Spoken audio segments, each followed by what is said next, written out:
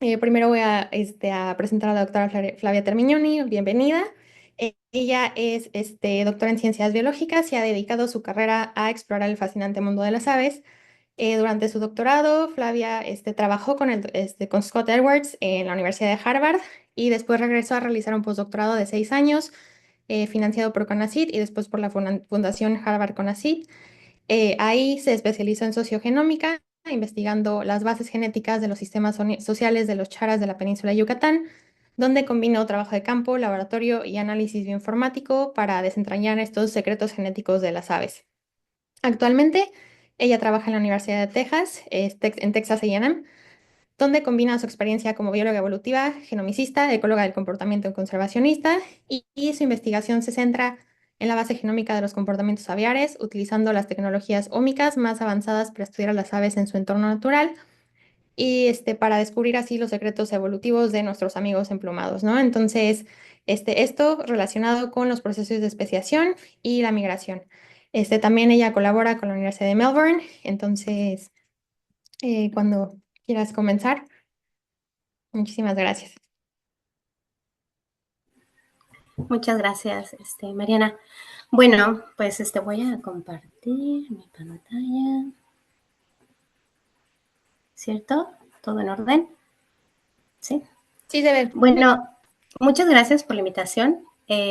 Quisiera brevemente comenzar contándoles cómo fue que llegué a desarrollar este trabajo, que es sobre los elementos virales, que es secciones de los genomas de los virus que se van a endogenizar en el hospedero. Y esto fue realmente cuando estaba haciendo mi doctorado en el IB con la doctora Escalante. Yo me fui a hacer una estancia a la Universidad de Veterinaria, de hecho, en Austria. Y estaba yo tomando un curso en mi estancia y recuerdo mucho al profesor que me dijo, que nos empezó a hablar de los retrotransposones y los elementos transponibles, que supongo que han escuchado, que ahora están sonando mucho, que son repeticiones de nuestro genoma que tienen un significado muy importante en la regulación genética.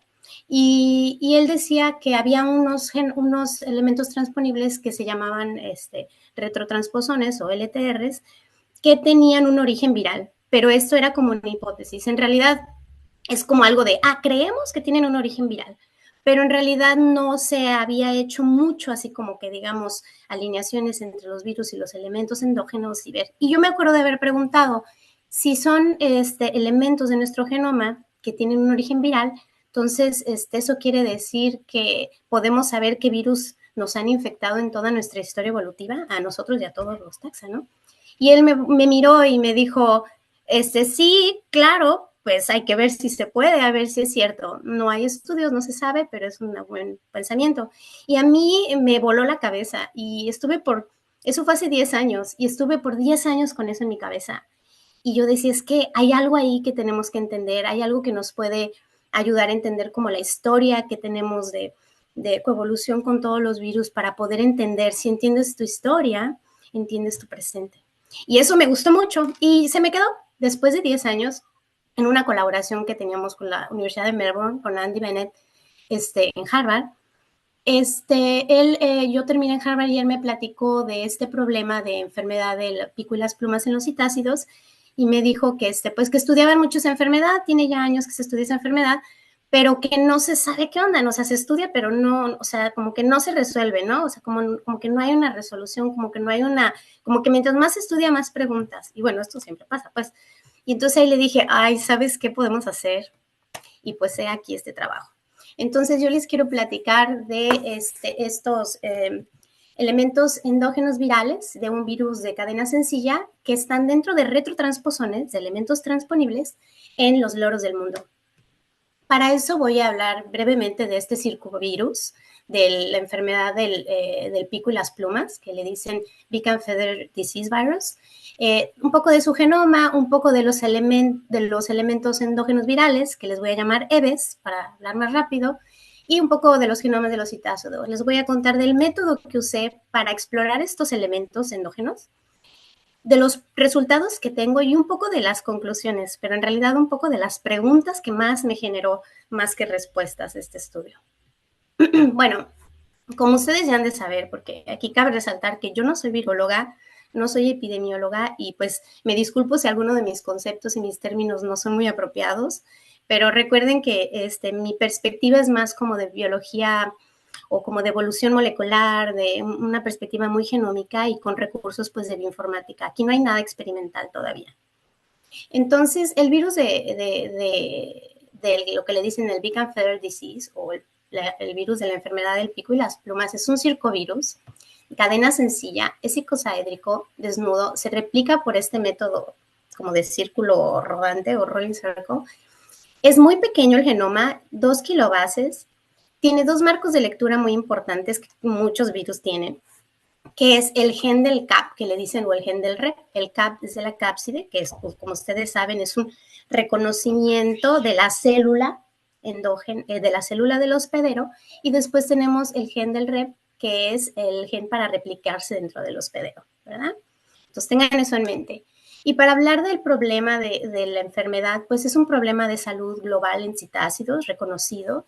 Y si lo vemos en una ventana de 50 años en este mapa, se puede ver aquí cómo en los 70 se detecta en Australia, que casualmente es donde se originan realmente los citácidos en el sentido evolutivo, ¿no?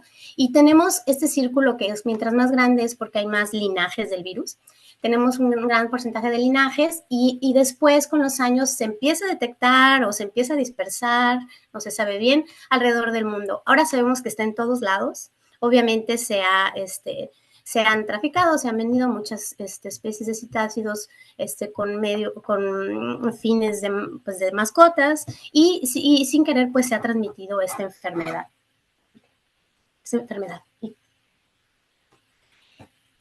Muy bien. Entonces, pues este es un problema global.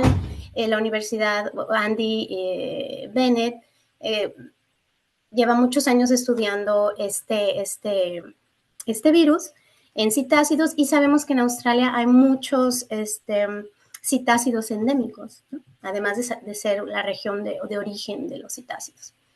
Entonces, tenemos reportes en México, de hecho por la UNAM, por la Facultad de Medicina y Veterinaria y Zootecnia, donde en el 2020 se detectó en los loritos australianos que pues se importaron a México por fines, yo creo, pues sí, de mascotas, ¿no? Y esta imagen lo que está mostrando es prácticamente el síntoma que se presenta en los citácidos. Y es pérdida del folículo de la pluma, se muere el folículo, hay una muerte celular, nunca se regenera la pluma de nuevo. Después pues tienden a tener diarrea, problemas de absorción de nutrientes y la mayoría pues mueren, pero no todos mueren y cada especie tiene una respuesta, un síntoma muy diferente y hay una gran diversidad sintomática que ha hecho muy difícil el tratamiento de esta enfermedad en los citácidos. Y ahora vamos a abordar un poco los elementos virales endógenos para entender cómo es que se endogenizan y poder continuar con los resultados. Hay varios tipos en esta imagen podemos ver cómo hay varios tipos estructurales o de composición molecular de virus, en este caso aquí es el circovirus, y replicarse y endogenizarse, pero el genoma del hospedero que van a facilitar esa endogenización y al final, al momento de entrar en la línea germinal, digamos, en el ancestro, se va a transmitir, se fija y esto va a ser parte del proceso de especiación, ¿no? El elemento viral, prácticamente. Y bueno, los elementos virales endógenos, especialmente circovirus, se han estudiado previamente en varios taxa.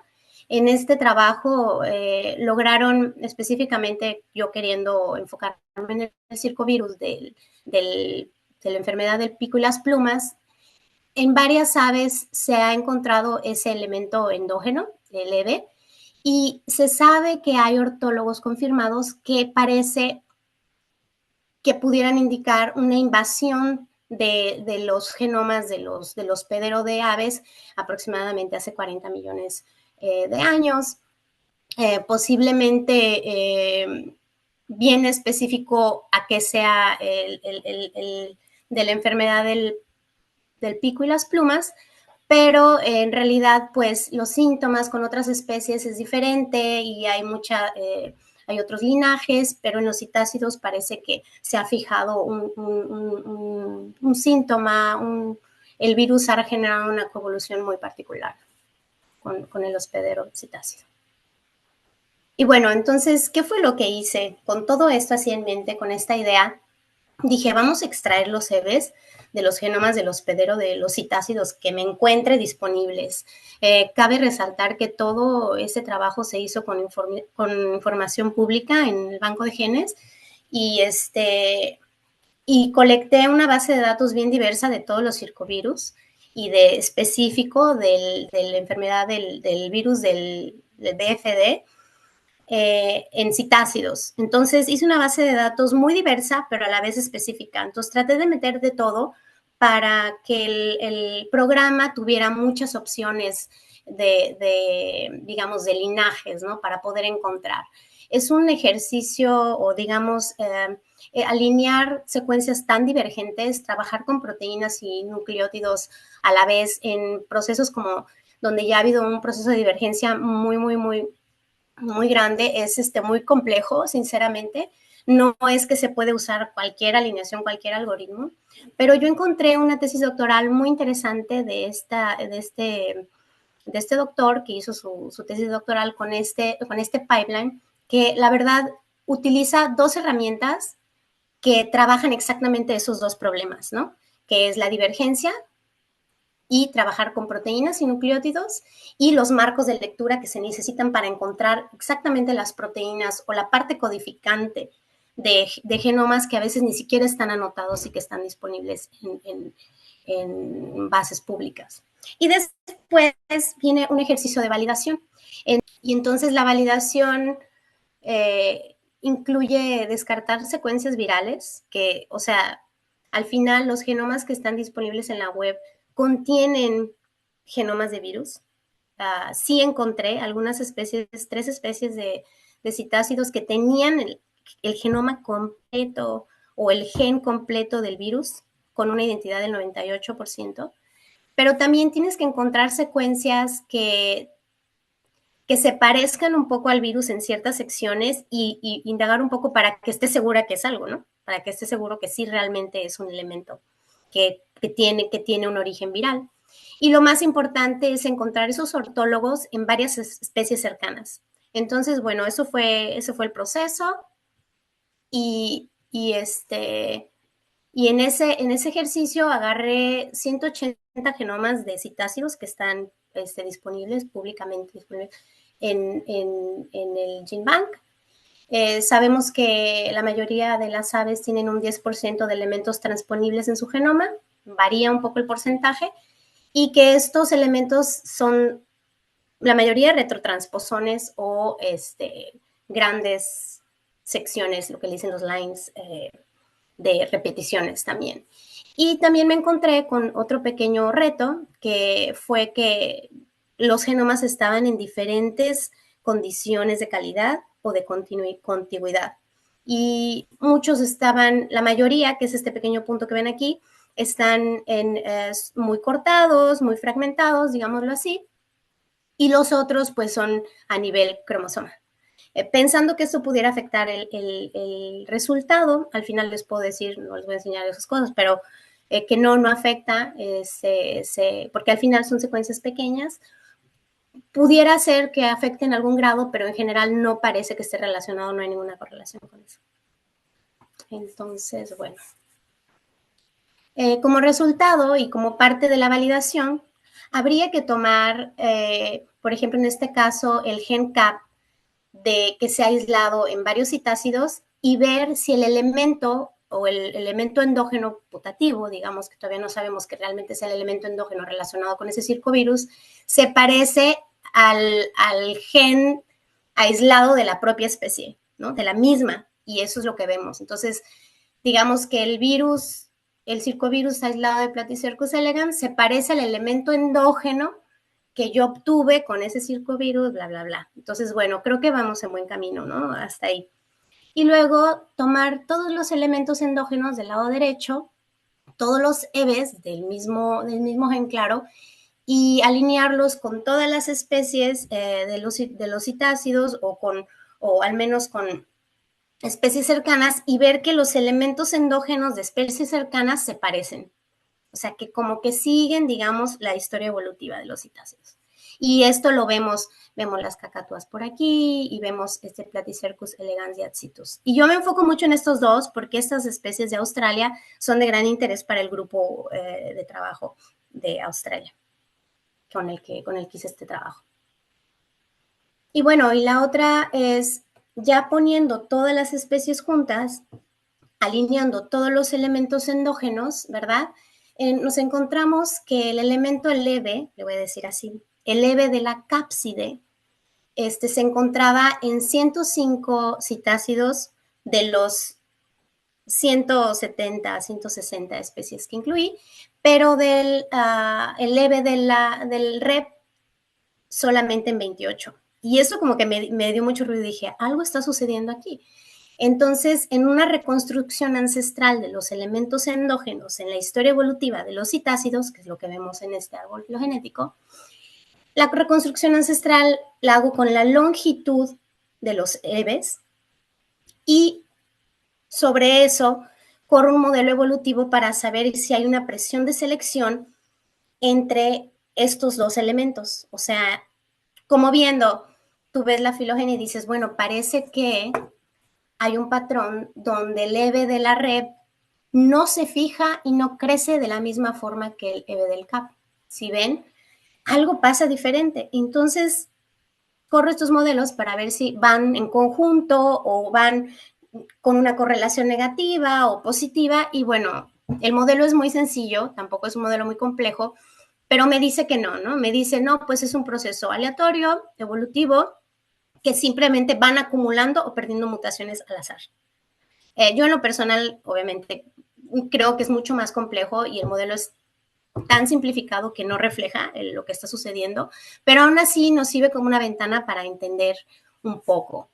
Y algo pasa que el EVE del CAP en la historia evolutiva de los citácidos parece haber invadido hace 30 millones de años, tal vez 40 millones de años, como había registrado Dan en 2019, pero en las especies cercanas o en los grupos cercanos se va acumulando, se va haciendo más largo, otras como que no, o no lo pudimos detectar porque ya acumuló tantas mutaciones que ya no es fácil la detección con los algoritmos que usamos, o de plano no existió, no hubo una infección, no se activó. Hay muchas preguntas que no podemos resolver con solo bioinformática, pero se ve que prevalece y crece.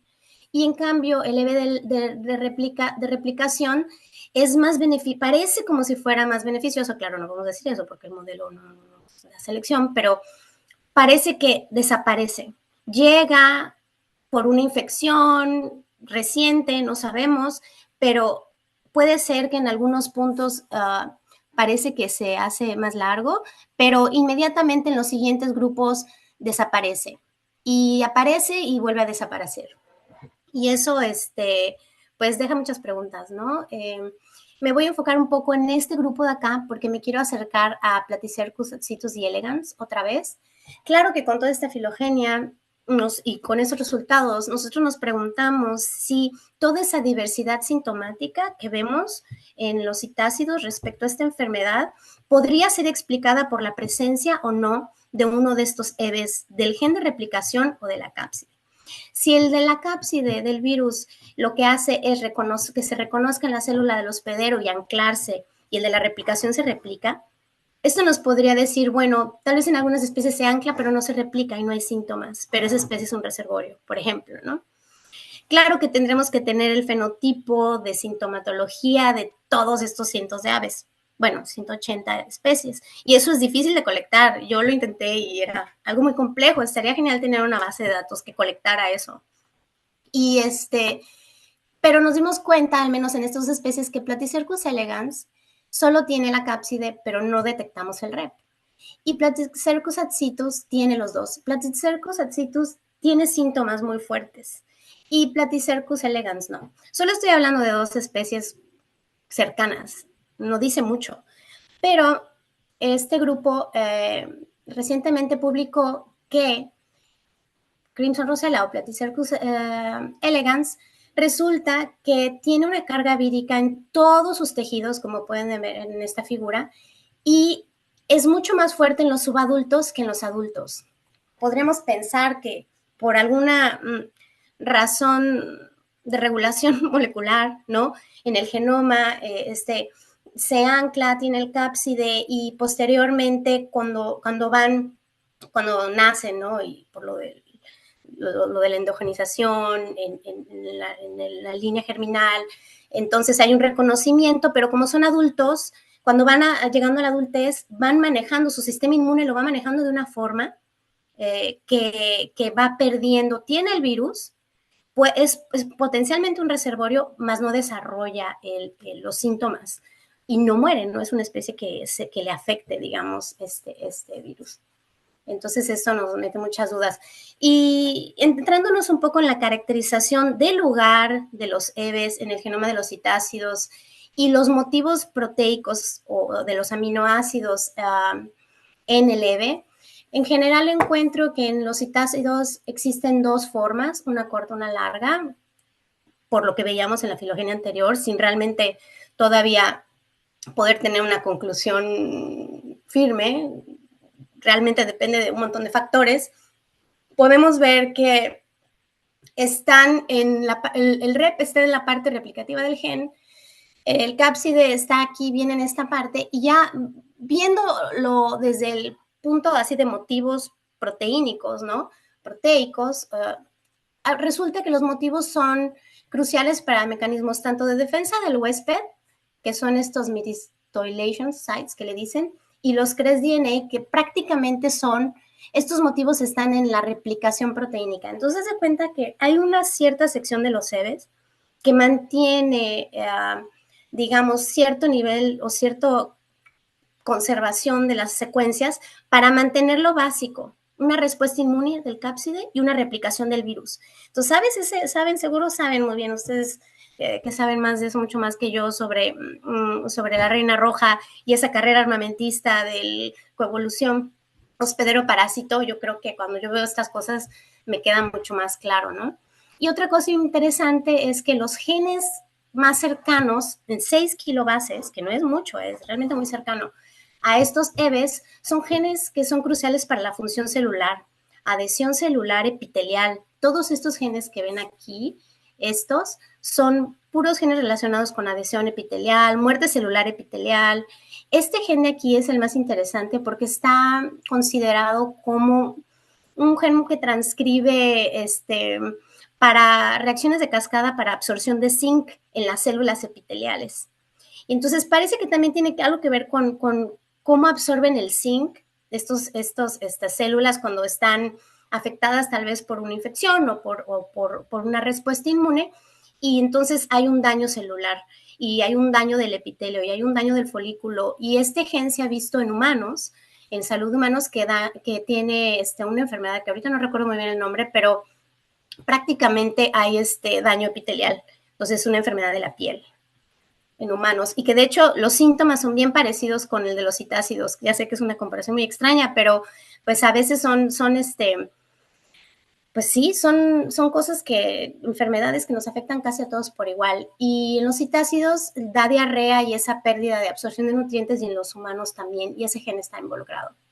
Y bueno, adentrándonos otra vez y volviendo un poco a los elementos transponibles y los retrotransposones que les comentaba, que son los ERBs, que las aves en lo general tienen bastante, pues resulta que a la hora de inspeccionar esas regiones, efectivamente el EVE de la cápside se encuentra en retrotransposones. Este es un retrotransposón muy conocido, LTR, y también se encuentran el leve de la REP en retrotransposones de diferentes tipos, dependiendo de la especie.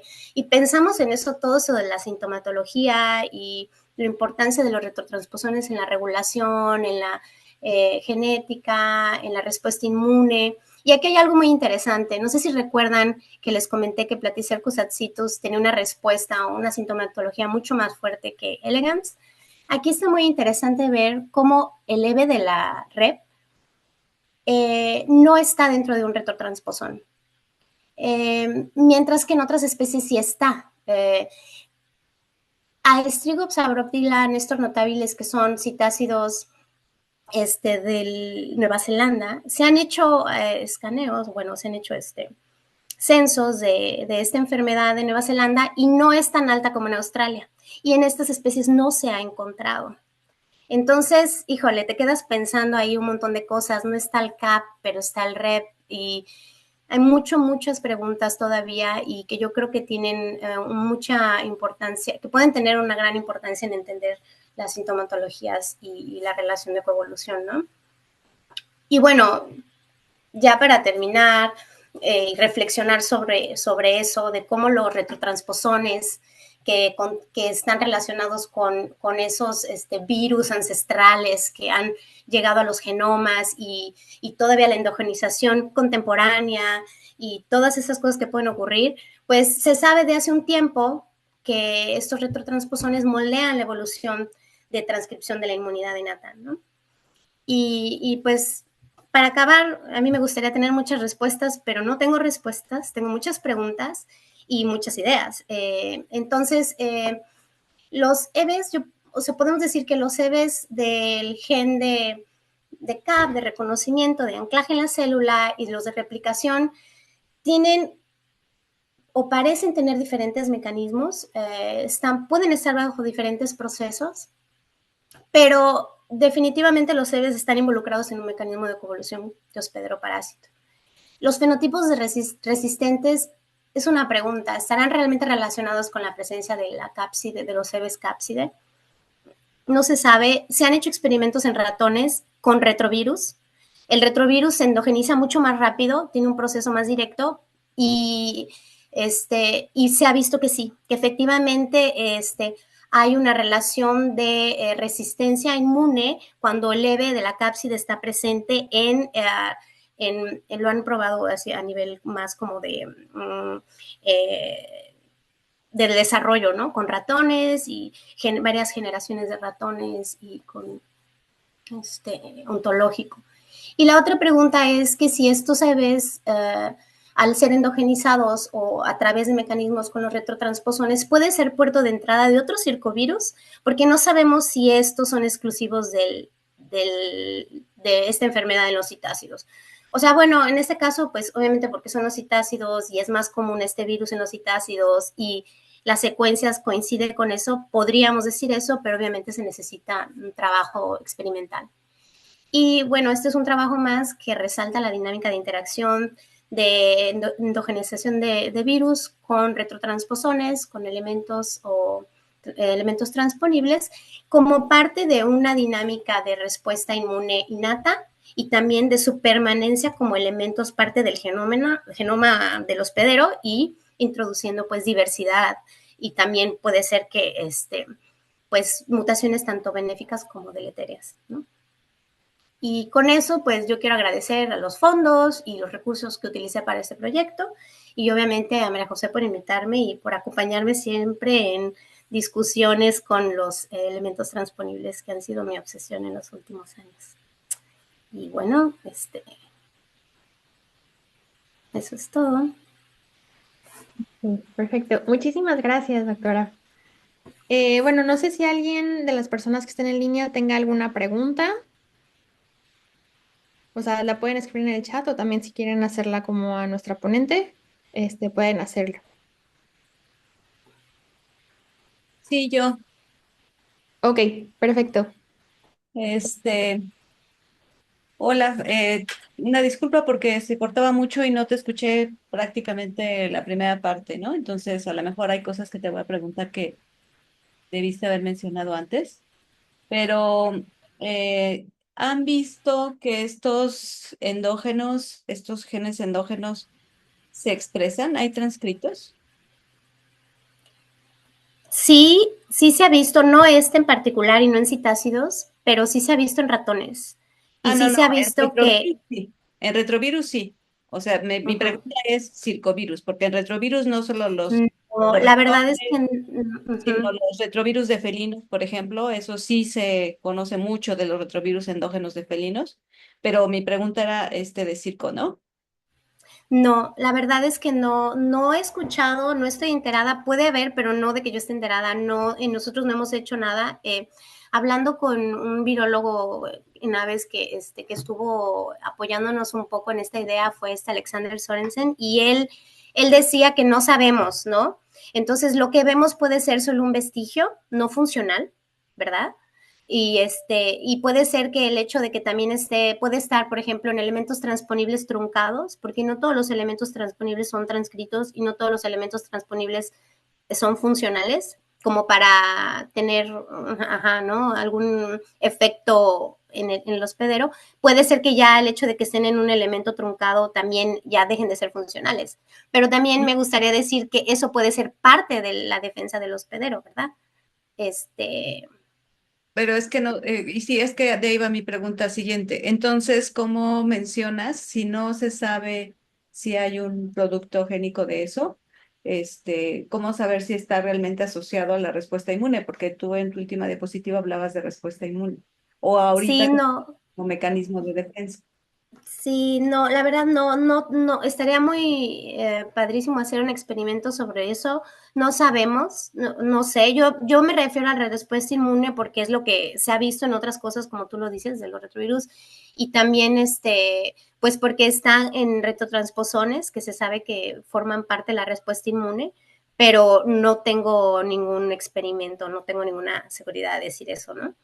Sí, Ujú. porque de hecho, por ejemplo, en los retrovirus de felinos, que sí se sabe que se expresan los endógenos, no solamente no funciona como algo que facilite, bueno, que elimine la infección, sino al contrario, pueden favorecer, Exacto, sí, ayudar, ¿no? Entonces, exacto. es una cosa muy compleja, muy compleja. Por eso la primera pregunta, pues, es, ¿se expresan o no se expresan? Y bueno, Ujú. por último, ¿has considerado o han encontrado circovirus de diferentes géneros? Porque circovirus lo encuentras en donde sea, ¿no? En cerdos, en aves, en todos lados, ¿no?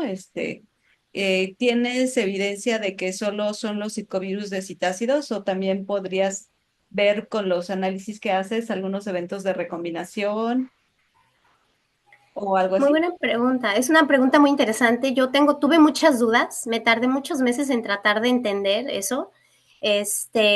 No sabemos, pero cuando tú haces el análisis, el, el- o sea, cuando tú tienes las secuencias del EVE putativo, resulta que, o sea, no creas que hay un montón. A veces en algunas especies solo encuentras una secuencia. Y a la hora de alinearlas con otros circovirus, ¿sí? O con otros, pues con el gen del circovirus que usaste, resulta que como viste en el árbol que mostré al principio, que está más emparentado con los del pico y las plumas. O sea, en pocas palabras te quiero decir que no tengo la certeza absoluta que sea solo y exclusivamente ese elemento endógeno del virus de pico y las plumas. No estoy segura, eh, pero es muy probable que lo sea porque se parece más, sí, en sus secuencias, tiene más identidad con ese. Eh, pero no he encontrado otro circovirus. Y como te digo, la base de datos que se usa para poder extraer los CEBES tiene que ser muy diversa, porque si no hay diversidad, no te saca casi nada o no te saca nada. Sí. Entonces yo usé o sea, agarré todos los circovirus que casi encontré en la base de datos. La mitad de las secuencias eran circovirus porcinos, de todos, y la otra mitad eran de puro de citácidos, de todas las variantes del circovirus del pico y las plumas que hay en la red. Y los puse, hice una super base de datos. Y solo me saca una secuencia, los alineas, haces un árbol filogenético y se agrupa con el del pico y las plumas. Eso es lo Ujú. único que puedo asegurar. Uh-huh. Ok, gracias. Uh-huh. Perfecto. ¿Alguien más tiene alguna pregunta? Yo sí. Bueno, Omar. Hola Flavia. Oye, es una pregunta no tanto metodológica, pero, o sea, me encantó tu presentación y se escucha que eres muy apasionada del tema. Entonces, un poco ligando con la presentación siguiente, ¿nos podrías contar o sea, qué tanto es el desafío que has tenido para estudiar este tema con estos endógenos que se sabe poco y hay muchas más preguntas que respuestas? Sí, sí hubo muchos retos, me desanimé mucho tiempo, como que creí que yo estaba así como que no, claro, también mi desconocimiento o mi ignorancia realmente en el campo de la virología, yo no, la verdad no es mi área, y me tuve que pues empapar mucho de eso, así como decía Paula, ¿cierto? Que estábamos platicando sobre los retrovirus, que no es lo mismo y todo eso. Entonces, mi primer reto, Omar, fue alinear esas secuencias de los elementos endógenos con tratar, como lo que estaba exactamente, tratar de averiguar si realmente era de ese específico circovirus o representa así todos los circovirus, ¿no? Que tal vez que si lo piensas bien, pues, o sea, yo lo veo así, no tiene nada de malo, ¿no? O sea, de hecho, esta es más interesante, porque puede ser que hace millones y millones de años un circovirus X y ya después, obviamente, ese punto de anclaje o ese elemento endógeno forma parte de la coevolución de otras especies de otras especies de circovirus que ya son bien específicas de ciertos grupos. Pero bueno, entonces ese fue el reto más grande, alinear esas secuencias, trabajar con las secuencias de proteínas, con porcentajes de identidad bajos, 40, a veces un poquito más altos en otros lados. Entonces, sí como que no creía, hablé con varias personas, entonces empezamos a trabajar con los motivos, tratar de ver si el motivo nos podría dar alguna luz y decir, no, sí, sí es algo, sí tiene un elemento viral, sí hay una proteína relacionada con una replicación viral o con una respuesta inmune. Entonces, pues sí, la verdad me topé con gente muy incrédula al respecto. Yo también, lo admito, fui muy crítica. Y yo sé que todavía hay mucho por hacer. Y entonces el aspecto de bioinformática eso tiene, ¿no? Que tú haces como que una propuesta, encuentras algo, una propuesta, una hipótesis, pero viene la parte experimental. Hasta que no hay algo experimental, tú no puedes asegurar pues todo eso, ¿no? Entonces yo creo que, y lo otro es trabajar con un montón de genomas que están en la red y que tal vez la calidad no es la que te gustaría tener para poder tener así una base de datos uniforme. Entonces tuve que desechar muchos genomas, la filogenia de los citácidos por suerte ya estaba, entonces también es eso, ¿qué recursos ya hay? Entonces, ¿qué hay? La filogenia está pues relativamente bien resuelta en algunos aspectos, algunas ramas, y si la podemos usar y hablar con esa gente, que si me pueden prestar sus datos, y para poder hacer esas reconstrucciones, para entender realmente el proceso evolutivo. Pero, o ver un patrón y entender un poco como eso, ¿no? Entonces, sí, la verdad que sí, calidad del genoma, alineación de estas secuencias, un poco la credibilidad, un poco también mi desconocimiento como en virología en general, ¿no? Y yo creo que eso sería. Y querer tener el fenotipo, ¿sabes? Cómo es importante tener los síntomas, el fenotipo de todas esas aves. Si tuviéramos, quedaría el fenotipo mapeado así de una forma bien sistemática de decir, oh, mira, esta ave no presenta ninguna sintomatología, mira, es completamente asintomático y solo tiene el EBK. Y mapear eso, pero no, busqué un poco y llenar esas bases de datos con los fenotipos, pues la verdad es complicado. Entonces sí es importante el fenotipo y la genética no es nada si no hay una base, una matriz buena del fenotipo de la enfermedad.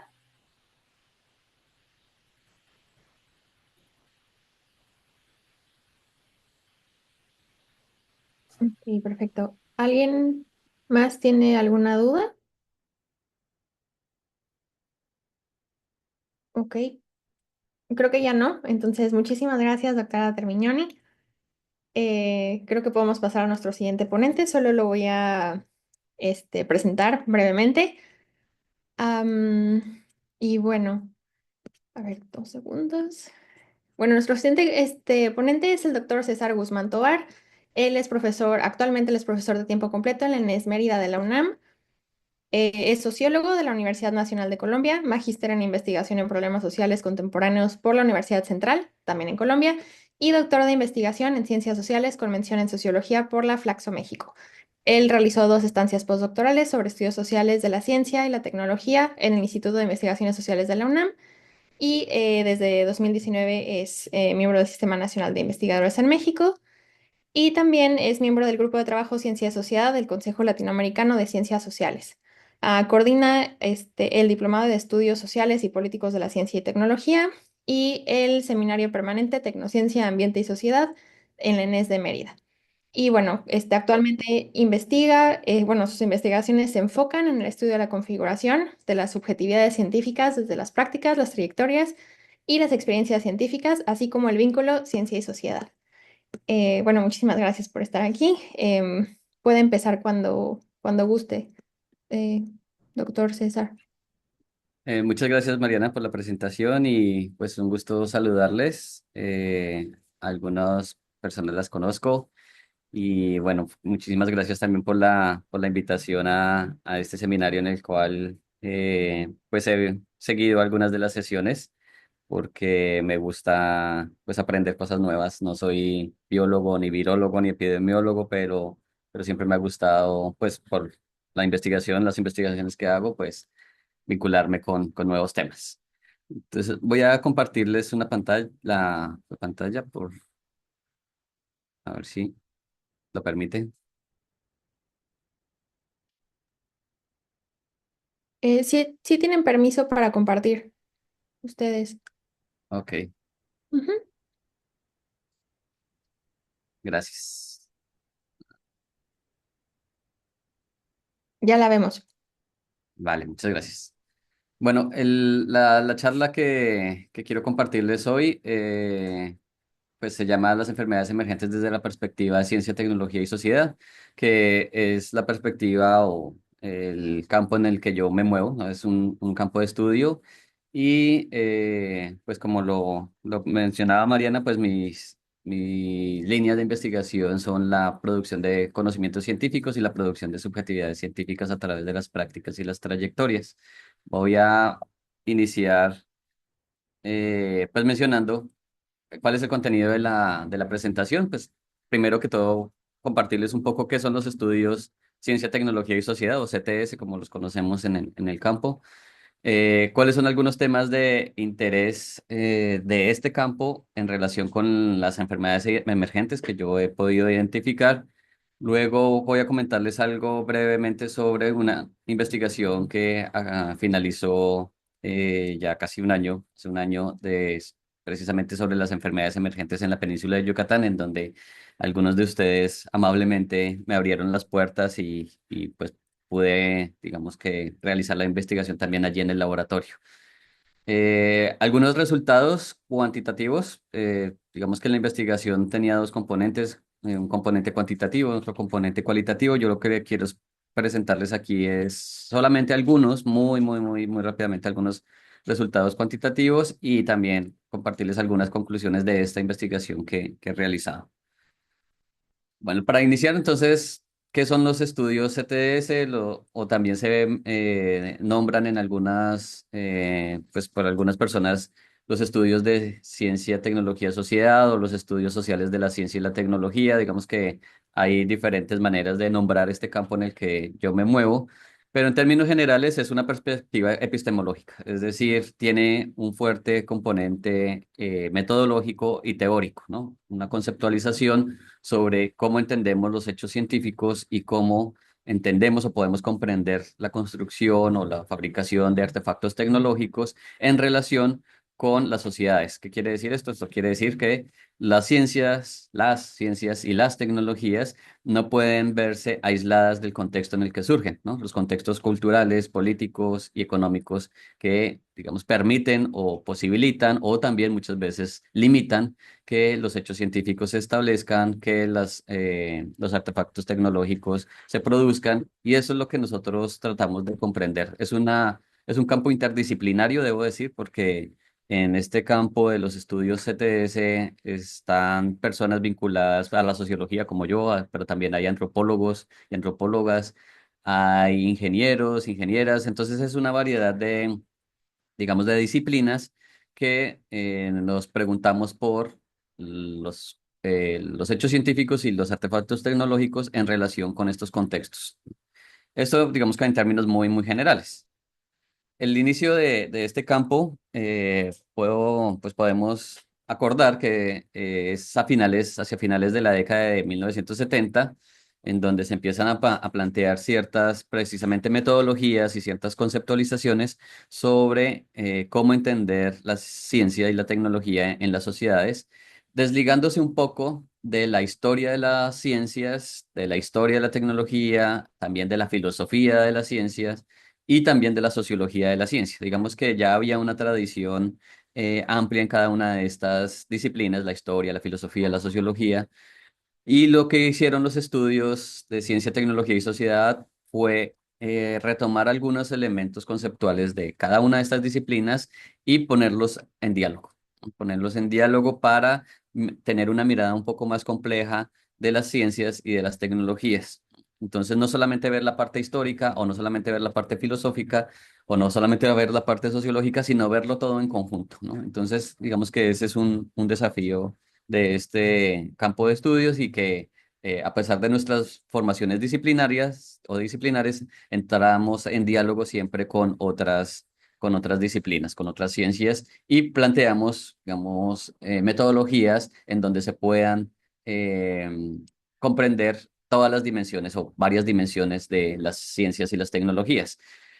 Aquí les muestro las portadas de 4 libros que son fundamentales en el campo, ¿no? Son 4 libros que aparecieron más o menos en la misma época, hacia finales de la década del 70, inicios del 80, y esto muestra un interés, o sea, un cambio en las diferentes áreas de conocimiento por comprender qué es lo que se hace dentro de los laboratorios. Esto, digamos que estos 4 libros, fueron fundamentales para crear dentro del campo CTS una línea que se llamó los estudios de laboratorio, y es ver cómo en el laboratorio se llevan a cabo las prácticas, las relaciones, las interacciones, la relación entre científicos y científicas, la relación entre la materialidad que está presente en un laboratorio con los animales no humanos también. Bueno, entonces es tener como objeto de estudio, digámoslo así, el laboratorio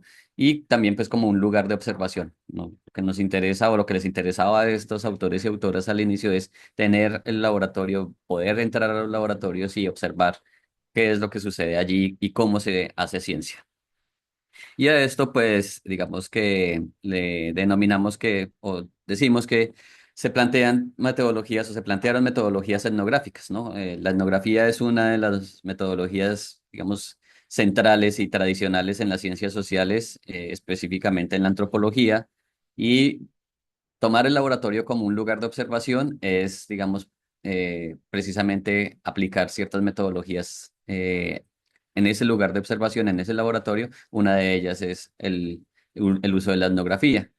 Y todo esto para estudiar la ciencia mientras se hace, ¿no? Entonces, lo que planteaban la sociología, la filosofía de la ciencia o la historia de la ciencia era, digamos, la ciencia ya hecha. Eran los resultados o los grandes nombres científicos, casi siempre hombres, de, digamos, estos héroes de la ciencia y sus obras, ¿no?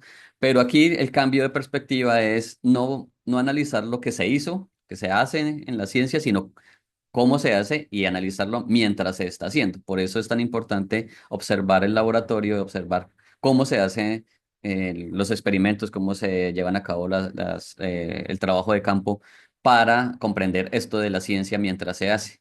Y esto quiere decir abrir la caja negra, ¿no? La caja negra es precisamente ese lugar o ese conjunto de dimensiones, interacciones, actores que están ocultos a la vista de quienes están por fuera del laboratorio, por decirlo así, ¿no? Entonces, quienes estamos por fuera de los laboratorios no sabemos qué es lo que pasa, ¿no? Y entonces solo sabemos que se realizó o que se fabricó o que se produjo una nueva vacuna, ¿no? Pero no sabemos cómo se produjo, quién la produjo, qué metodologías se utilizaron, cuáles fueron las técnicas, cuáles fueron las controversias que hubo allí. Entonces, esto de abrir la caja negra es un poco eso, ¿no? Es esa metáfora de entrar al laboratorio y poder observar quiénes están allí y cómo hacen lo que hacen. Algunas consideraciones generales sobre este campo es que hacemos una crítica a la reproducción de la dualidad entre los factores sociales y los aspectos técnicos en las ciencias, ¿no? Esto era un poco lo que planteaba, por ejemplo, la filosofía de la ciencia, ¿no? Entonces, la filosofía se enfocaba mucho en los aspectos técnicos, filosóficos, epistemológicos de las ciencias, pero dejaba por fuera los factores sociales. Y aquí lo que hacemos es tratar de comprender estas dos dimensiones conjuntamente. También, pues, planteamos o partimos de un análisis de la construcción social de los hechos científicos, ¿no? En esta relación de los factores sociales, pues, tenemos, digamos, como una de las banderas, no la única, pero sí como una de las banderas, es que los hechos científicos son una construcción social, ¿no? Son una construcción que emergen de diferentes contextos. Y diferentes contextos sociales, pues, producen diferentes maneras de realizar la ciencia. Y uno de los, digamos, de los objetivos importantes es analizar la producción del orden científico en lugares específicos, en el laboratorio, en el trabajo de campo, en las universidades, en los centros de investigación, ¿no? Y una de las preguntas es precisamente entonces, ¿qué es el orden científico, no? No es lo mismo establecer un orden en laboratorios, digamos, de gran magnitud o con grandes recursos en laboratorios pequeños en donde, digamos, las prácticas y las dinámicas son distintas, ¿no? Entonces hay diferentes órdenes allí y eso es lo que tratamos también de comprender. Esto es un poco sobre el método antropológico que ya les mencionaba, es la observación participante, ¿no? Es observar in situ los documentos y artefactos culturales que hacen parte de todo laboratorio y es más de toda disciplina, ¿no? Aquí, bueno, también nos basamos un poco en esto de la antropología de la ciencia, en donde uno de sus postulados es entender la ciencia como una actividad artesanal, ¿no? Digamos, es esa artesanía de la ciencia, de cómo se hace la ciencia dentro de los laboratorios y en el trabajo de campo, también nosotros lo vemos como una artesanía porque tiene que ver mucho con la manualidad y con la materialidad. También obviamente con la cognición, como con la conceptualización, pero la materialidad también, digamos, es algo importante allí. Y el hecho de estar in situ, de hacer las observaciones in situ, nos lleva entonces a minimizar esto de los efectos, ¿no? De la distorsión geográfica y temporal, ¿no? Porque estamos en el lugar de los hechos, estamos en el lugar en donde se está haciendo la ciencia y eso hace que pues minimicemos un poco este distanciamiento geográfico y temporal que planteaban la sociología, la historia, etcétera. Bueno, algunos temas de interés desde los estudios de ciencia, tecnología y sociedad que se pueden vincular ya con el estudio de las enfermedades emergentes, o es lo que, digamos, yo he tratado de hacer un poco. El primero es esto de las tradiciones y trayectorias institucionales, ¿no? Aquí digamos que hay que mencionar que cada institución tiene su propia historia, su propia trayectoria y también pues sus propias dinámicas internas, ¿no? Entonces, ahí pues es importante destacar, resaltar esas diferencias y esas tradiciones. Como les mencionaba en la investigación que hice, pues la realicé en la península de Yucatán, en los tres estados de la península, y aquí pues pongo las fotografías de algunos de los centros que pude visitar. No está el del laboratorio porque lamentablemente nunca pude tomar una fotografía de la fachada, entonces no está acá, si no lo hubiera puesto porque ustedes me abrieron las puertas muy amablemente. Otro de los temas de interés es el que a mí, digamos, más me interesa o en el que más he trabajado es el de las prácticas científicas y sanitarias, más el de las prácticas científicas.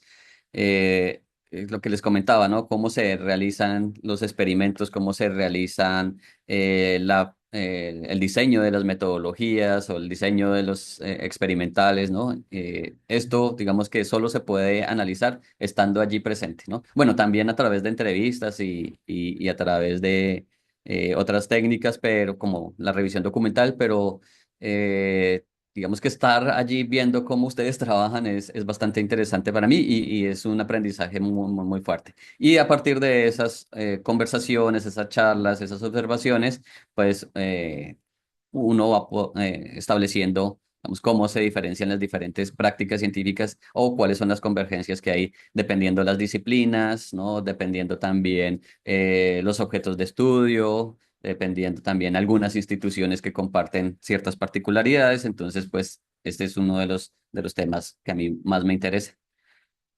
Otro tema es el de la conformación de redes, ¿no? Sabemos que la ciencia no se hace de manera aislada y cada vez más se tiende a la conformación de redes de equipos nacionales e internacionales. Y esto pues también es importante para nosotros porque a partir de esa conformación de redes se puede plantear lo que nosotros llamamos la coproducción de conocimientos, ¿no? La producción de conocimientos ahora está, digamos así, intervenida por muchos actores, por muchas instituciones, y esa coproducción de conocimientos pues también tiene dinámicas interesantes para nosotros, digamos, para poder establecer, conocer y comprender cómo se produce el conocimiento científico y cuáles son, digamos, dentro de todo este movimiento las agendas que se mueven, cómo cambian las agendas dependiendo de ciertos factores también. Y entonces, pues aquí pues, pongo un ejemplo que ustedes conocen muy bien. El otro tema es el de las prácticas, los discursos y las controversias tecnocientíficas, ¿no? Hay una, yo esta línea no la trabajo tanto, pero sí hay compañeros y compañeras que trabajan esto de las controversias científicas y que tiene una tradición también ya amplia dentro de los estudios sociales de la ciencia, y es comprender cómo diferentes posturas desde una disciplina o desde varias disciplinas pueden llegar a generar pues esto de las controversias, ¿no? Y cómo se saldan esas controversias, o si no se cierran las controversias, si permanecen abiertas las controversias por las evidencias de las partes implicadas, ¿no? Que presentan evidencias científicas. Y pues la controversia no se cierra, ¿no? Esto también es interesante porque dentro de ese juego de controversias pues se va dinamizando el conocimiento y también se va produciendo nuevo conocimiento, ¿no? Bueno, quiero pasar entonces ahora un poco a ya la investigación que realicé, que el título formal de la investigación es este, la investigación de las enfermedades emergentes en el contexto de la pandemia de COVID-19. El subtítulo es Procesos de construcción y usos del conocimiento científico en la península de Yucatán, que inicié en el 2021 cuando me vinculé formalmente a la ENES, a la Escuela Nacional de Estudios Superiores de la UNAM, acá en Mérida, y pues planteé este proyecto como una de las actividades que realizaría dentro de la institución. A partir del 2022, en el 2022 ya puedo recibir, o obtuve un financiamiento por parte del programa de apoyo a proyectos de investigación e innovación tecnológica de la UNAM. Y entonces estos 2 años, 2022 y 2022 y 2023, ya tuve un financiamiento, entonces fue un poco más eh, fácil para mí poder realizar, aunque también la otra dimensión que estábamos en ese momento en pandemia, pues también limitó mucho la realización del proyecto por ejemplo, en esto de las observaciones, ¿no? ¿Por qué estudiar la investigación sobre enfermedades emergentes? Es decir, ¿por qué hacer una investigación sobre la investigación que se hace en enfermedades emergentes? Entonces, quiero compartirles solamente tres ideas, ¿no? Primero, pues la relevancia social que tiene este tema de las enfermedades emergentes o que ha tenido, sobre todo pues en el contexto de la pandemia de COVID-19, ¿no? Segundo, pues la importancia epistémica de ciertos paradigmas de las ciencias sociales, en este caso, el de los estudios sociales de la ciencia y también pues un poco el de la sociología de la ciencia, ¿no? Porque a partir de estos campos pues podemos comprender, como les he venido mencionando, cómo se hace ciencia y cómo se ha venido investigando aquí en la península de Yucatán las enfermedades emergentes, ¿no? Y tercero, porque pues, puede ser un aporte para el diseño de políticas sobre ciencia y tecnología basada en evidencias empíricas, es decir, que los resultados de esta investigación pueden ser un aporte, un insumo para, para establecer políticas públicas sobre ciencia y tecnología más acordes con pues el trabajo que se realiza aquí, o sea, con el trabajo científico que se realiza, y esto pues es muy importante para, digamos que ir estableciendo políticas que puedan, políticas e instrumentos de política que puedan, digamos, favorecer el trabajo que se hace en los institutos y en los centros de investigación y en los laboratorios. Los objetivos de la investigación rápidamente, pues era comprender las enfermedades emergentes como un objeto de estudio para científicos y científicas en la península de Yucatán, indagar esto que les mencionaba de cómo se ha construido las prácticas, los objetos, las técnicas y las trayectorias en el campo de las enfermedades emergentes en la península, ¿no? Y conocer cómo los científicos y científicas de la península han afrontado y afrontaron los desafíos derivados de la pandemia de COVID-19, es decir, cómo pudieron seguir realizando sus investigaciones en medio de la pandemia. Esos eran como los tres objetivos grandes de la investigación que, si los ven, pues se complementan unos con otros. Ahora, algunos hallazgos de la información cuantitativa que pude obtener con la investigación. Esta gráfica es muy sencilla, es apenas una mirada muy superficial del número de publicaciones sobre enfermedades infecciosas y emergentes en la plataforma Scopus en México desde 1989 hasta el 2023. 1989 porque fue digamos como la primera publicación que me apareció a mí en esta búsqueda, que les repito, es una búsqueda muy, muy superficial, no es para nada exhaustiva. Simplemente quería yo mostrarles el aumento del número de publicaciones que se han realizado en México sobre este campo de estudio de las enfermedades emergentes e infecciosas, ¿no? Y aquí tenemos un total en este periodo de 189 registros, en donde la UNAM tiene 49, el Instituto Politécnico Nacional tiene 12, el Instituto Mexicano de Seguro Social tiene 11 y la UADY tiene 4, entre otras instituciones que no menciono acá. Dentro de la investigación, como les comentaba, utilizamos algunas técnicas como las entrevistas y las encuestas, y esta investigación se aplicó una encuesta identificando pues a las personas a partir de la base de datos del SNI, del Sistema Nacional de Investigadores e Investigadoras, identificándolos en las áreas de ciencias de la salud, ciencias médicas y ciencias biológicas. Allí se hizo un filtro de quiénes de estas personas estaban o han estudiado o han realizado algún proyecto de investigación sobre enfermedades infecciosas, enfermedades emergentes o reemergentes en la península, ¿no? Y dentro de la península, pues se arrojaron estos datos sobre los rangos de edad. Como vemos, el 45%, o sea, casi la mitad de investigadores e investigadoras está en un rango de edad entre 33 y 45 años. Esto quiere decir que es un campo que está siendo, digámoslo así, dominado por personas, investigadores e investigadoras muy, muy jóvenes, ¿no? Y eso es, digamos, muy importante porque esto quiere decir que el campo ha tomado un interés en las nuevas generaciones, el campo de las enfermedades emergentes ha tomado un interés en las nuevas generaciones de científicos y científicas, y que si nos remitimos a las dinámicas de otros campos respecto a las edades, pues tiene una larga vida, digámoslo así, ¿no? Las personas que hoy están investigando van a continuar investigando en el futuro y van a tener nuevos alumnos, nuevas alumnas, nuevas personas, digamos sus discípulos, que seguramente van a continuar también indagando sobre el campo. Entonces esto es bastante importante.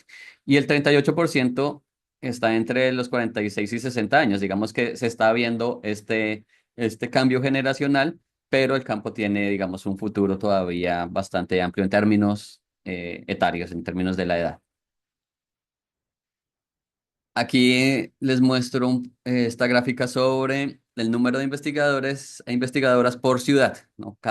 Digamos, en donde identificamos dónde hay investigadores haciendo proyectos o que han realizado proyectos sobre enfermedades emergentes de los tres estados, ¿no? Entonces, pues, eh, Mérida, digamos que se configura, se constituye, se reafirma como uno de los centros de conocimiento de la península, ¿no? Es la ciudad en donde está el mayor número de investigadores e investigadoras, ¿no? Luego está Campeche y luego está Chetumal y por ahí pues ya hay algunas personas, por lo menos dentro de quienes contestaron la encuesta, que están realizando alguna investigación en estas ciudades, en estos municipios. Debo decir que esta es apenas como esta no es la realidad completa, ¿no? Porque quedan por fuera las personas que no contestaron la encuesta, ¿no? Y las personas que no contestaron la encuesta puede ser que eh, no les llegó el formulario, el correo donde estaba el formulario, no quisieron contestar la encuesta o simplemente no hacen parte del Sistema Nacional de Investigadores. Entonces pueden haber muchas personas que están investigando sobre enfermedades emergentes, pero que no hacen parte del Sistema Nacional de Investigadores, del SNI. Entonces, pues digamos que ahí hay un sesgo en estos datos, ¿no? Pero digamos que este nos sirve como un panorama general para comprender un poco el panorama general de cómo está la situación en términos del número de investigadores. Aquí un poco las áreas de conocimiento por estado, no sé si se comprendan bien esta gráfica, ¿no? Entonces están los tres estados, Campeche, Quintana Roo y Yucatán, y vinculados a ellos con las flechas azules, las áreas de conocimiento que comentaron las personas encuestadas desde, digamos, desde dónde se está investigando las enfermedades emergentes, ¿no? En diferentes áreas de conocimiento, disciplinas. Obviamente estas disciplinas están entrelazadas en muchos proyectos de investigación, no son áreas aisladas, sino que aquí lo pongo un poco de esta manera aislada para identificar estas disciplinas, estas áreas de conocimiento que están, digamos que, eh, retroalimentando el área o el conocimiento de las enfermedades emergentes, ¿no? Entonces, hay muchas áreas de conocimiento que se comparten en los tres estados, hay otras que algunos estados no las trabajan, por ejemplo, en Quintana Roo no se identificó que desde la bioquímica se esté realizando investigaciones sobre enfermedades emergentes, ¿no? De nuevo, esta no es la total realidad, sino que es un panorama general. Esta es una ilustración sobre las enfermedades que se están investigando por estado, ¿no? Entonces ya sabemos que pues, Yucatán es el estado en donde más investigadores hay, más proyectos de investigación hay, por lo tanto también hay más enfermedades que se estudian, ¿no? Y el tamaño de las letras quiere decir el número de investigadores, perdón, de proyectos de investigación frente, digamos, a mayor número de proyectos de investigación, más grandes las letras, ¿no? Entonces tenemos que en Yucatán, cuando se hizo la encuesta, cuando se realizó la encuesta, que esto fue entre 2021 y 2022, no, en 2022, pues la mayor cantidad de proyectos estaban enfocados a COVID-19, ¿no? Y esto era pues apenas lógico debido pues al contexto de la pandemia en el que estábamos, ¿no? Luego está el dengue, luego está chikungunya, Zika también, bastante importante, y otras enfermedades que se estudian, o que hay proyectos que habían en ese momento, proyectos de investigación sobre estas enfermedades. Lo mismo en los otros dos estados, Campeche, digamos que el chikungunya es una de las enfermedades más estudiadas, con mayor número de proyectos de investigación. Esta gráfica, digamos, muestra los proyectos desde 1997, o sea, los proyectos que iniciaron desde esa fecha, desde ese año, porque ese fue digamos, el proyecto más antiguo que se identificó en la encuesta, ¿no? Un proyecto de investigación que se inició en 1997 y que finalizó en 2005, ¿no? Y de este número de proyectos, digamos, 29 proyectos de los 76 que se identificaron aún estaban en ejecución al momento de realizar la encuesta, o sea, no habían finalizado todavía. Es el 22% de los proyectos.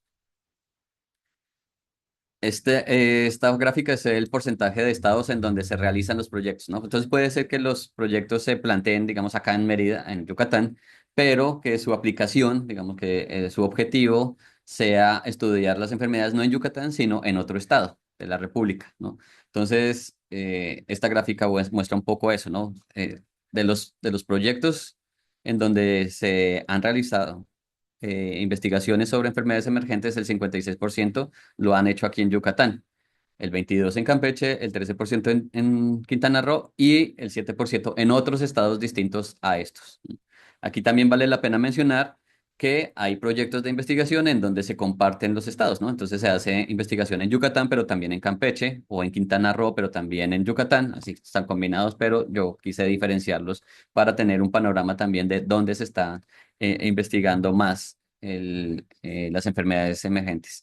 Y esto para precisamente establecer lo que nosotros llamamos los centros y periferias de conocimiento, ¿no? Entonces, dentro de la península de Yucatán podemos decir que Mérida o el estado de Yucatán y concretamente Mérida es un centro de pensamiento, un centro de investigación importante en donde se realizan proyectos, en donde hay un mayor número de investigadores e investigadoras. Tendríamos que ver también con cuánto financiamiento se cuenta, que aquí hay una gráfica.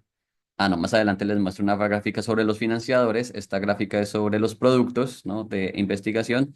Es decir, después de realizar los proyectos, entonces, ¿cuáles son los productos que digamos que se producen, valga la redundancia, en estos proyectos, ¿no? Y tenemos que el mayor porcentaje de productos está, pues, en las publicaciones académicas. Luego están los graduados o tesistas, y luego productos de divulgación. Esto es bastante interesante, que la divulgación ha tomado fuerza dentro del trabajo científico, y valdría la pena indagar si esto de la divulgación se hace porque se quiere hacer realmente divulgación o porque la política de ciencia y tecnología, como lo sabemos, ha, digamos que de alguna manera impuesto que se hagan actividades de divulgación como parte de la evaluación en la que pues estamos inmersos e inmersas, ¿no? Ahí faltaría, pues, digamos, poder concluir si de este porcentaje de productos de investigación, cuántos se hicieron realmente porque se quería hacer divulgación y no porque tocaba hacer divulgación. Y otros resultados como asesoría, servicios de laboratorio, transferencia tecnológica y patentes que también son muy importantes. El tipo de impacto de los proyectos, esto es un poco para poder comprender esto que se mencionaba, que mencionaba al inicio sobre el vínculo entre la ciencia y la sociedad, ¿no? Entonces, bueno, se hace ciencia, pero ¿cómo se establece un vínculo entre lo que se hace en el laboratorio y el entorno social, ¿no? Entonces se preguntaba un poco sobre esto de los impactos, el impacto de los proyectos, ¿no? ¿Qué consideraciones tenían sobre el impacto de sus investigaciones en el entorno social? Y entonces encontramos que, digamos que el 26% consideraba que tenía un impacto cultural, el 25% tenía un impacto médico, sus proyectos tenían un impacto médico en el entorno social en donde se habían realizado, y el 8% un impacto económico. 8% también consideraba que no tenía ningún impacto, ¿no? Pueden ser proyectos de investigación que estaban más enfocados hacia pues la ciencia básica, tal vez, ¿no? También habría que indagar este 8% en donde donde se considera que no tiene ningún impacto, pues, ¿por qué consideraban que no tenía ningún impacto, ¿no? Y el mayor porcentaje, 36%, que se refiere a otro tipo de impacto, y otro se refiere, aquí hubo, digamos, diversidad de respuestas, pero digamos, lo que pudimos identificar es que principalmente se enfocaba a la generación de conocimientos específicos sobre alguna enfermedad específica o sobre algún virus en específico, o el reconocimiento de estrategias de prevención de enfermedades, ¿no? Todas las campañas sí, campañas o proyectos que se hacen sobre prevención de enfermedades, que también están muy vinculadas a muchos proyectos de investigación que ustedes mismos y mismas realizan, ¿no? Entonces, esto tiene un impacto y es un vínculo en la sociedad bastante importante. Ahora sí, las fuentes de financiamiento, sí. El 51% de estos proyectos son aportaciones públicas federales, es decir, que la ciencia que se hace en México, por lo menos en la península de Yucatán, todavía tiene un fuerte componente público, ¿no? Es decir, los recursos vienen de aportaciones federales, diferente a otros contextos sociales como Estados Unidos, Europa, en donde el aporte principal o el mayor aporte viene de fondos privados, ¿no? Hay otro importante aporte de los recursos de la institución, de la propia institución en donde se realizan los proyectos, y también es bastante llamativo esto de los recursos del investigador o de la investigadora. 28% de los proyectos también tienen financiación por propios recursos del investigador, lo cual es preocupante, ¿no? Es preocupante, pero también alentador. O sea, es un poco contradictorio porque esto quiere decir que los científicos y científicas hacemos la investigación sin importar la falta de dinero. Y es por puro amor a la ciencia, ¿no? Pero también es preocupante que esto no puede ser una generalidad dentro de un sistema público, un sistema de ciencia y tecnología en una nación, ¿no? El 28% sea de recursos del investigador es bastante alto para un sistema, digamos, que quiera ser robusto. Y bueno, hay otros financiadores como el sector privado, que es bastante bajo, de 18%, aportaciones públicas estatales o locales, que también es bastante bajo, de apenas el 11%, y aportaciones extranjeras de 4%. Bueno, ya para finalizar, para no tomarme mucho más del tiempo que me habían estipulado, voy a mencionar algunas conclusiones muy generales y tal vez si tienen alguna inquietud o pregunta podría profundizar sobre ello. La primera es que existe una amplia tradición médica y científica en la península, ¿no? Dentro del estudio que realicé, pues también veía ese contexto histórico y encontré que pues en la península se han venido estudiando las enfermedades emergentes desde hace siglos, ¿no? Esto no es, digamos, una línea nueva, sino que hay una tradición muy importante, sobre todo una tradición médica muy importante, pero también científica en la península sobre el estudio de las enfermedades emergentes, y esto hace que precisamente se vaya, con el cambio generacional, se siga estudiando, se continúe estudiando las enfermedades emergentes. Eso es muy, muy importante. Otra conclusión es que no hay linealidad en las trayectorias ni unilateralidad en las experiencias científicas. Digamos que las personas que están estudiando, que han venido estudiando las enfermedades emergentes, sus trayectorias no son lineales, es decir, no pasan digamos, me titulé, empecé a trabajar en un laboratorio, conseguí la plaza en el laboratorio y ahora tengo ya mi propio laboratorio. No, eso no sucede en la mayoría de los casos. No hay una linealidad así en las trayectorias, sino que digamos que hay muchas bifurcaciones en esas trayectorias académicas y científicas. Y las experiencias también son múltiples, no hay una unilateralidad. Dentro de esas trayectorias múltiples, pues también encontramos una multiplicidad de experiencias, ¿no? Y algo muy importante es que las políticas de ciencia, tecnología e innovación han sido diseñadas ignorando esa multiplicidad de experiencias, porque las políticas muchas veces lo que hacen es homogeneizar no solamente las ciencias, sino las experiencias de los científicos y científicas, ¿no? Entonces toman las ciencias como si fuera una sola, como si todos hiciéramos lo mismo, como si todos fuéramos, digamos, más o menos homogéneos y que, digamos, las políticas nos impactan de la misma manera a todos, ¿no? Eso no es así. Y digamos que uno de los aportes que busca esta investigación es precisamente mostrarle a quienes diseñan las políticas públicas que hay multiplicidad de experiencias, multiplicidad de trayectorias, multiplicidad de prácticas que no siempre son atendidas por las políticas que se han establecido.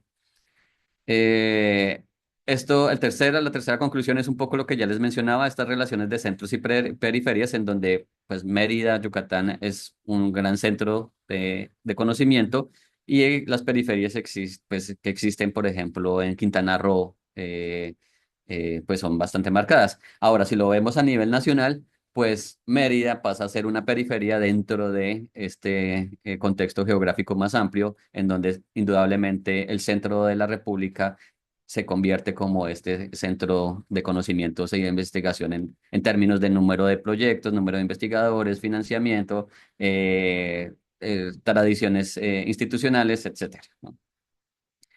El vínculo de ciencia-sociedad muchas veces es impulsado por los mismos investigadores e investigadoras, no por las instituciones. Encontramos que muchas de las acciones, de las actividades que se hacen con esto de querer vincular la ciencia y la sociedad, se realiza desde o por voluntad de los líderes de los proyectos de investigación, no tanto como una política institucional, sino como uno de los objetivos que se plantean dentro de los proyectos. Es decir, quienes lideran los proyectos de investigación tienen esta concepción del vínculo con la sociedad y eso hace parte, digamos, de sus prácticas de sus prácticas científicas. Sería importante que las instituciones también empezaran a implementar políticas institucionales para fomentar esto del vínculo de la ciencia con la sociedad.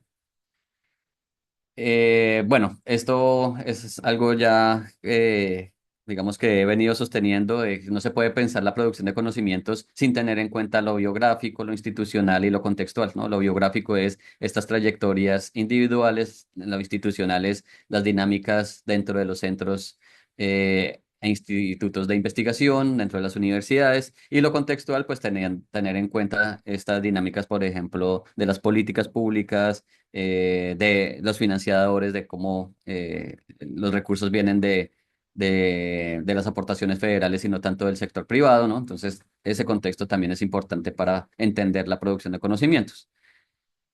Y algo que también ya les había mencionado, que a pesar de las vicisitudes económicas, pues los investigadores e investigadoras llevan a cabo sus proyectos, ¿no? O sea, hay muchas limitaciones de recursos, digamos, ustedes lo saben mucho más que yo, pero esto no impide que se concluyan los proyectos, que se presenten innovaciones en términos de producción de conocimientos y producción también de tecnologías, ¿no? Y esto yo lo enmarco dentro de una creatividad de la acción científica y una creatividad bastante importante para poder llevar a cabo los proyectos de investigación. También se han establecido vínculos y colaboraciones interinstitucionales, ¿no? Que son importantes para poder, digamos, posicionar el campo no solamente a nivel científico, sino también a nivel social. Es decir, que el conjunto de la ciudadanía sepa que se está investigando sobre enfermedades emergentes y sepa que muchas de las acciones que se tomaron, por ejemplo, dentro del contexto de la pandemia, fueron gracias a esas investigaciones que se han venido realizando acá en la península. Y las prácticas científicas identificadas hacen parte de un grupo acotado. O sea, como les mencionaba, esta no es la realidad completa, es apenas solo una muestra de cómo se hace investigación y pues algunos hallazgos que competen al grupo entrevistado, al grupo encuestado, a las observaciones que hicieron, pero quedan por fuera muchas otras personas que seguramente están haciendo también aportes muy, muy importantes para el estudio de las enfermedades emergentes que no fueron tenidas en cuenta por el sesgo metodológico que existe en toda investigación. Estos son algunos de los productos que han resultado de la investigación. El primero es un libro que ya por fin, ya casi va a salir publicado, ya está en impresión. Yo creo que en un par de semanas ya lo tenemos acá en Mérida, que se llama Enfermedades ensambladas, prácticas sociotécnicas en la península de Yucatán, en donde, por supuesto, está el reconocimiento para ustedes que participaron en esta investigación y colaboraron muy, muy amablemente. Cuando llegue el libro, obviamente se los haré llegar para que lo tengan y también pues haré una presentación en donde les extenderé la invitación. También hicimos un documental junto con mi compañera Marcela Corredor. Hicimos este documental a partir de las entrevistas, es decir, fue solamente a partir de las entrevistas que se hicieron. Y pues quisimos hacer un documental precisamente para que el grueso de la ciudadanía conozca cómo se hace investigación en enfermedades emergentes acá en la península, que conozcan el trabajo que ustedes están haciendo, la importancia de este trabajo y este documental lo pueden ver en YouTube, está ya publicado en YouTube. Les puedo pasar el enlace si quieren. Y este de acá abajo de la vida en los laboratorios de la península de Yucatán es yo lo llamo un ensayo fotográfico porque a partir de las fotografías pues, que tomamos en el transcurso de la investigación, quisimos también plasmar de manera pues, visual algunas de las actividades que ustedes hacen con algunas reflexiones pues, dentro de la conceptualización del campo de los estudios sociales de la ciencia, que también yo se los he compartido, el documental también se los he compartido a algunos de ustedes, pero pues está abierto para que todos y todas lo puedan ver, entonces también les puedo compartir esta serie fotográfica. Y pues bueno, pues muchísimas gracias por la atención, espero no haberme tomado mucho más el tiempo estipulado y les agradezco su atenta y amable atención.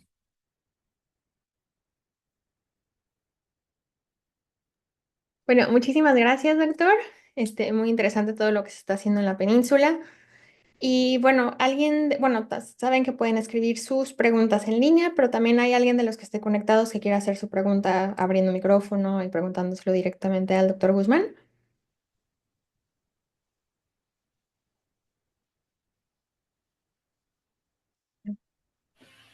Bueno, yo ya quedo por aquí. Y me quedé viendo, no, pues es muy interesante. Me gustó mucho ver esa aproximación de la parte social a la ciencia. Nunca lo había pensado como un vínculo.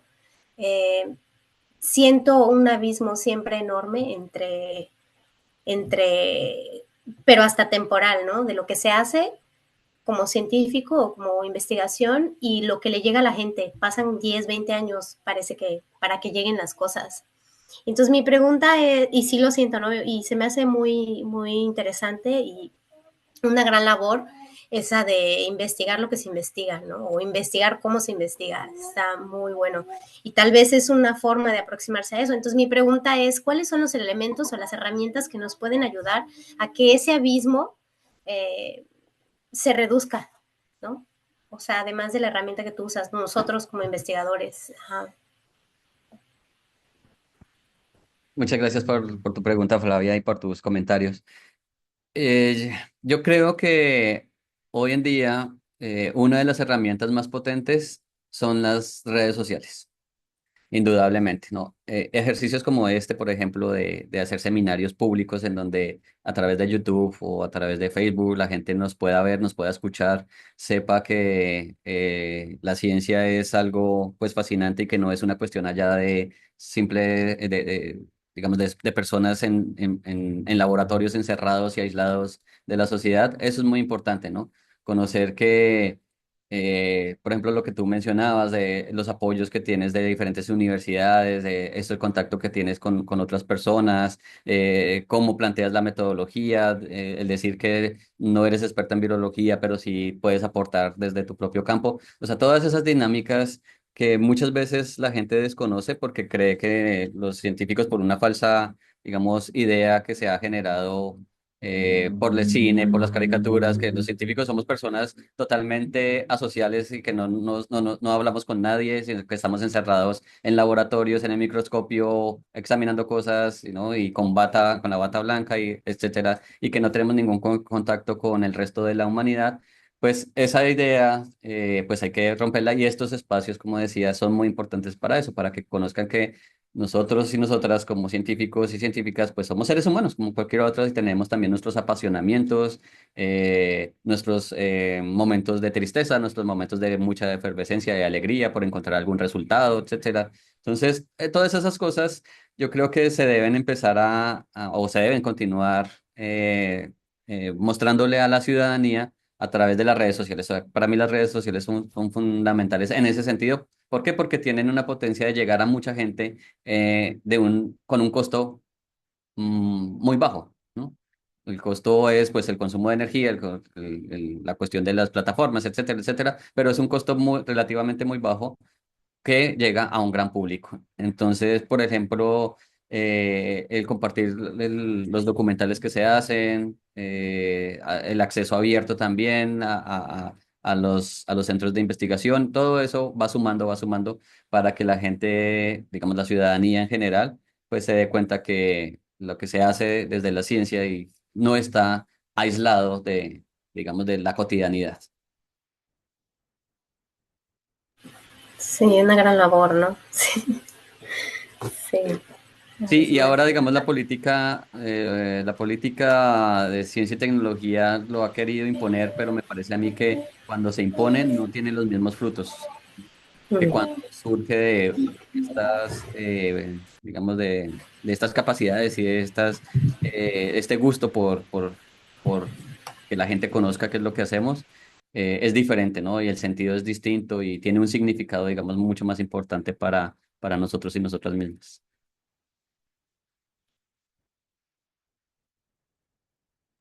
Ok, perfecto. Muchísimas gracias. ¿Alguien más tiene alguna pregunta en línea? Tal vez cuando haga la presentación del libro ya podemos hacer conversar un poco más porque ahí ya, digamos que la idea es presentar específicamente no solamente los resultados cuantitativos, sino también los cualitativos, ¿no? De, por ejemplo, todo esto de cómo se hace el vínculo con la sociedad, a través de qué actividades se hace, todo lo Ok. que ustedes hacen también en los esfuerzos que hacen por dar a conocer sus investigaciones, eso es muy importante, y las limitaciones que hay para ello, ¿no? Las limitaciones financieras e institucionales también son muy, muy Sí. importantes, digamos, para conocer. Sí, bueno, creo que vamos a tener una pregunta de María José. Bueno, más que pregunta, comentario si pudieras orientarnos de dónde encontrar. Yo ya vi el documental, pero para hacerle promoción y pues seguir esto que comentas, ¿no? De compartirlo en nuestras redes sociales, y difundir el trabajo, ¿no? Y esta perspectiva que tú nos presentas. Ok. Les voy a compartir en este momento el enlace en el chat, tal vez, para que pues allí lo tengan y, y lo puedan pues difundir. Y les agradecería mucho eso. Sí, claro que podemos hacer esto. Y bueno, creo que Mitsuri también tenía una pregunta. Sí, hola, perdón, es que estaba tarde como un rato encontrando cómo alzar la manita, pero se logró. Muchas gracias, César, por tu presentación. La verdad es que, bueno, siempre es muy grato escucharte y tener todas estas reflexiones de algo que vivimos pues muy de cerca, ¿no? A un nivel casi que interno, pero luego tener estos pensamientos y estas reflexiones a nivel más general y públicamente, como es como pensar en voz alta, ¿no? Como decirlo, la verdad es muy chévere. Y bueno, yo quería preguntarte, claro, tengo preguntas muy enfocadas. Una es, en este diagrama, más bien en esta figura que nos presentaba sobre la diversidad de disciplinas que hay estudiando estos temas, sobre todo las enfermedades no sé, virales emergentes, veía que de las ciencias sociales estaba ahí como la antropología social, ¿no? Pero también quería preguntarte como qué sucede con el proceso de integración o cómo se involucran otras disciplinas de las ciencias sociales, otras ciencias de las ciencias sociales en estos procesos, por qué crees que la antropología social esté teniendo esta presencia y también, bueno, una más general que era como cuáles son, después de todo este trabajo, que seguro nos ofrecerás algunas conclusiones en el libro, pero sí, como cuáles son tus expectativas, ¿no? Para el futuro. ¿Crees que esta situación tan marcada en Yucatán, que dices, bueno, hay todo un proceso histórico del por qué en Yucatán, pues parece ser que evidentemente hay una presencia de este desarrollo o esta actividad científica, ¿no? Más latente, pero ¿cómo ves este futuro o cómo tú lo has pensado? ¿Cuáles son estas expectativas para la península en general? Entonces, esas son mis preguntas. Muchas gracias. Gracias, Mitsu, por tu comentario y tus preguntas. Am, bueno, sobre las ciencias sociales, lo que puedo decir es, a partir de lo que investigamos, es que afortunadamente las ciencias sociales están teniendo mayor presencia en las investigaciones, en los proyectos de investigación, ¿no? En las actividades que se realizan para comprender estos entornos culturales y la relación con la presencia de virus o digamos, generación de algunas epidemias o etcétera, ¿no? Sin embargo, lo que también puedo decir es que esta inclusión de las ciencias sociales es una inclusión en los proyectos que es como un agregado, ¿sí? Es decir, no hay una reflexión transdisciplinar o interdisciplinar en en el diseño de los proyectos, en el diseño de las metodologías de los proyectos. Estoy hablando en términos generales, o sea, no puedo mencionar proyectos específicos porque son muchos, son 76 proyectos, pero digamos la generalidad en donde se vinculan a las ciencias sociales es esa, en que se plantea el proyecto de investigación para analizar el virus de Zika, ¿no? Y dentro de ese proyecto que ya está muy bien estructurado, dice, Bueno, entonces vamos a meter el componente social. Entonces necesitamos antropólogos, antropólogas para que vayan a las casas y pregunten a las personas cuáles son cómo son sus hábitats en sus hogares y qué se hace para tratar de disminuir la presencia de los vectores, ¿no? Pero es un agregado a toda una conceptualización mucho más grande, metodológica y teórica, que se hace una reflexión teórica y metodológica mucho más estructurada que si desde el inicio de la investigación, del diseño del proyecto de investigación, se encontraran las ciencias sociales, las ciencias médicas, las ciencias biológicas, para generar, digamos, un proyecto mucho más robusto en ese sentido. Vamos a ver lo social no como un agregado, sino como parte de la problemática biológica, de la problemática zoonótica, etcétera, etcétera, ¿no? Entonces, digamos que hay un paso bastante interesante y bastante importante en la inclusión de las ciencias sociales, pero todavía hace falta que tengan como el mismo estatus epistemológico dentro de los grupos de investigación. Y esto se ve reflejado, por ejemplo, en esa figura que tú mencionas.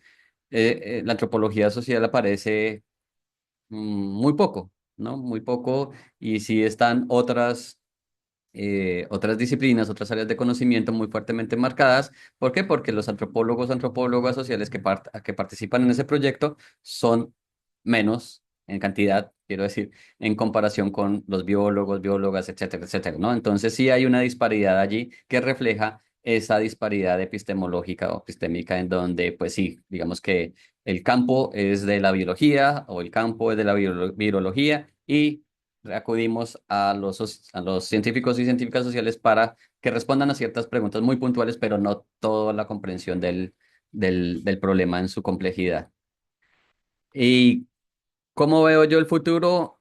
En la península lo veo, eh, yo creo que tiene una fortaleza muy importante y lo veo hacia una potencialización de esta tradición, de esta trayectoria que ya está instaurada acá en la península, pero sí creo que hace falta mayor recurso.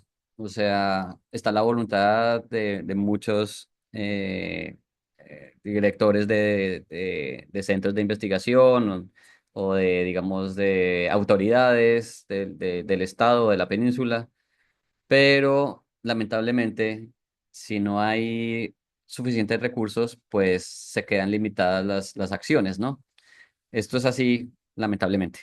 Quisiera que no fuera así, pero sin recursos es más difícil, no quiero decir imposible, pero sí es más difícil hacer ciencia y producir resultados que sean impactantes en el conjunto de la sociedad. Es lo que decía un poco Flavia, ¿no? De cómo los resultados pasan 20 años y entonces nadie conoce lo que se hace. Claro, porque los recursos son limitados y poder llegar a las personas o poder generar un conocimiento que impacte de manera pronta y directa en el conjunto de la sociedad es mucho más difícil.